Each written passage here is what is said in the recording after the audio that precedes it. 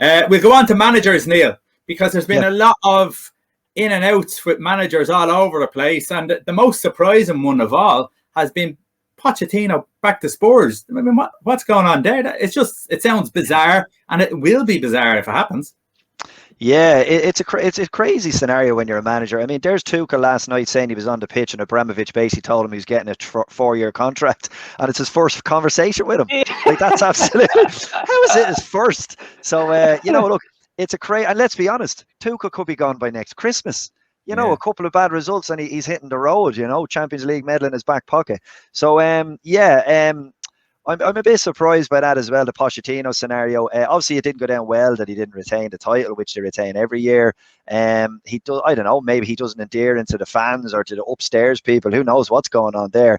But what a massive step backwards if Pochettino was to go back to Spurs. I mean, they always used to say never go back. There's a reason they say never go back, but they also say never go back in a year. You've basically admitted you've tried something big. It wasn't for me. I wasn't big enough. I couldn't win anything, and I'd pack my bags. Is it that, Neil, or is it the other way, where it's Daniel Levy's actually putting his hand up and going, well, I kind of made the balls of this here. We had a top-class manager. Things were starting to struggle a little bit. I should have stuck with him, and I made a big mistake. Maybe. Look, I don't know what the financials break down like either. I mean, Levy only does things on the money side of things. I don't think he gets involved with the emotional side of it. But maybe after seeing Mourinho work for a year, I said people would have been clawing to get rid of Mourinho. If there was fans in the stadium, they would have been clawing to get rid of him as soon as they realised, listen, we bought into it, but we ain't going to go anywhere. Ain't going to win a league, for example, which they never were anyway. But maybe that's the part of the flip-flop now. They realise they lost someone that played the right way, the Spurs way, good attractive football. Maybe it comes from the players, the guys that are in the dressing room saying, this guy was class. Look, a year ago, how we were playing. How, they overachieved, I think, in Pochettino, reaching a Champions League final. They were fairly consistent in Europe. So it's one of them, but I'd be very disappointed to see him go back there after a year. Dave, I'm just going to say, you're probably going to say the same thing anyhow. Is it probably because Pochettino was there were good times there, and is this Levy's ploy to try and keep Kane at the club? Yeah, bingo. That's exactly what I was going to say, because basically they seem to have had a very close relationship and very much almost a love for each other and a serious respect. And it could be that last ploy to try and grasp onto Harry Kane for a couple of more seasons. And I would not be surprised if that's where it's coming from. Because as soon as he talked about it, I was like, why would he want it? And then I was like, why would Levy want it? And then straight away I went, yeah, he's about to lose his best asset, and that's Harry Kane. And maybe that's where it's coming from. Yeah. Dave, I'll stick with you. Allegri has gone back to Juve. Another one gone back to this club. Pirlo got the sack. In fairness, they struggled with Pirlo there, so he had his chance. He got them Champions League football, so at least that was there for them.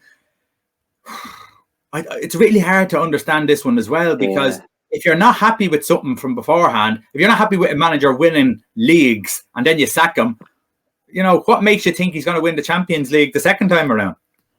Yeah, well, they're not. It's as simple as that. They're struggling money-wise, and that's why the rumours of Ronaldo is going as well, because they can't afford to keep him going, because they can't really give him a good enough supporting cast, really, because they went all in with him. So, I don't know. Allegri's a nice steady ship. He's a nice, he keeps things nice and tidy. He's a solid record in Serie A, and I'd say that's all it really is. Bring in, if Ronaldo's going, I'd say that's where this could be coming from, as if to say, yeah, get the best of Italian football again, get kind of the right lads in and build up a nice, clever squad on free transfers like they've done on previous occasions, and bring in the kind of nuggets that are kind of aging a little bit, but not necessarily with the same pay bracket as Cristiano Ronaldo, providing he goes. But even his tweet during the week kind of makes it out that way.